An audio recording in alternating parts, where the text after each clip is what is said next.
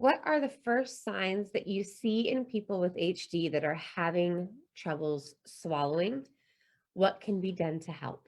I think there's a lot of early signs. If you just Google early signs of difficulty swallowing, there's a number that you'll find. I think the ones that I pick up on the most are going to be coughing while eating or residual food in the mouth or around the mouth after eating. So those are the two things that I look for the most, or obviously actual mini choking, things like that. But I think if you're talking about you don't notice any clear choking, but just a little coughing, clearing throat while eating, and then cheeking or residual food in the or around the mouth. What can be done to help to try to prevent getting to the point where we're having overt swallowing stuff down the wrong pipe?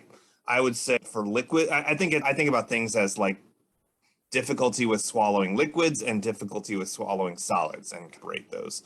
For liquids, I don't advocate for thickening the consistency of the liquid until it is medically recommended by the speech therapist and there's no other route of action, because most liquids, when you thicken them, become really disgusting, and then your loved one isn't going to want to take it, and then they'll become dehydrated and it's a bigger problem. But for regular liquids, taking it out of a straw, a cup with a lid and a straw in it, it will moderate the amount of liquid that goes in the back of the mouth at one time. So you can't, because if you've been around your lovely patients who try to eat and drink, they have what I call a shoveling phenomenon.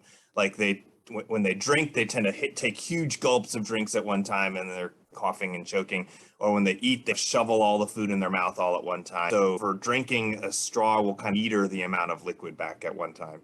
And then with food, cutting it up in small amounts and then only putting certain amounts of food out at a time. Yes, it's more cumbersome to you, but it prevents them from shoveling all the food. Even if they took everything on the plate, it's only a small amount, and then you put more.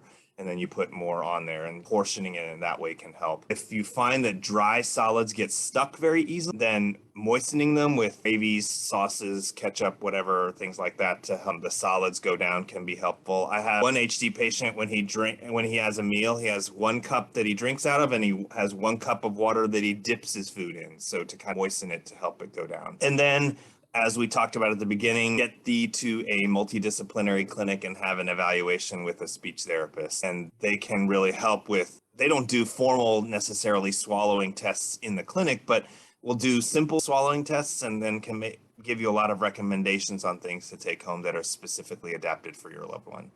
So those are the things that I would say. Thank you, Victor, for saying coughing too, because I know the couple of our friends will talk about, my loved one doesn't choke, but they cough all the time. So a lot of times we don't equate choking, we have choking, not coughing. But that is a problem in the beginning, you think, is more coughing in the beginning. Yeah. Okay, so